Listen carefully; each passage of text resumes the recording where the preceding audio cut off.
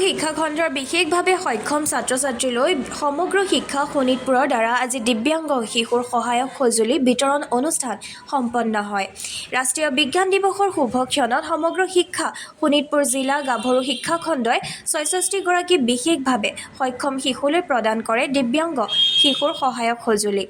গাভৰু শিক্ষাখণ্ডৰ জ্যেষ্ঠ সমল ব্যক্তি পংকজ দেৱৰায়ৰ সভাপতিত্বত অনুষ্ঠিত সভাখনত উপস্থিত থাকি দিব্যাংগ শিশুক শৈক্ষিক সঁজুলি বিতৰণ কৰে তেজপুৰ সমষ্টিৰ বিধায়ক পৃথ্বীৰাজ ৰাভাই। উপস্থিত থাকি সমগ্ৰ শিক্ষা জিলা আঁচনি বিষয়া বিজুমণি হাজৰিকা, খণ্ড সমল বিষয়া প্ৰণীতা মেধি আৰু সমগ্ৰ শিক্ষাৰ বিষয়ববীয়াসকল।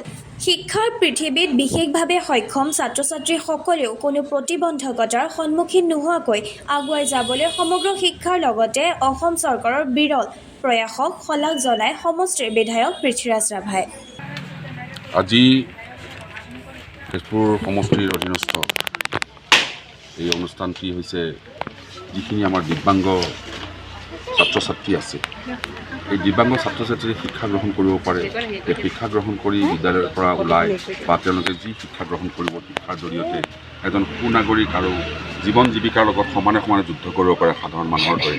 সেইকাৰণে অসম চৰকাৰৰ তৰফৰ পৰা কিছু সামগ্ৰী তেওঁক ধৰি দিয়া হৈছে। এইবিলাক দিয়া হৈছে, যিবিলাক সামগ্ৰীৰ জৰিয়তে তেওঁলোকে সাধাৰণ মানুহৰ নিশ্চয় সুচাৰুৰূপে চলিব পাৰে। আৰু এই দিয়াৰ মূলত কাৰণ হৈছে তেওঁলোকে যাতে ভৱিষ্যতে এজন সুনাগৰিক হ'ব পাৰে, শিক্ষা গ্ৰহণ কৰি তেওঁলোকে সাধাৰণ মানুহৰ লগত সমানে সমানে যুদ্ধ কৰিব পাৰে, যুঁজ কৰিব পাৰে, সমাজত জীৱন জীৱিকাৰ লগত যুঁজ কৰি তেওঁলোকে আগবাঢ়ি যাব পাৰে। এই উদ্দেশ্যে অসম চৰকাৰৰ শিক্ষা বিভাগৰ জৰিয়তে আৰু মাননীয় মুখ্যমন্ত্ৰী ডক্টৰ হিমন্ত বিশ্ব শৰ্মাৰ জৰিয়তে এই সামগ্ৰীসমূহ বিতৰণ কৰা হৈছে।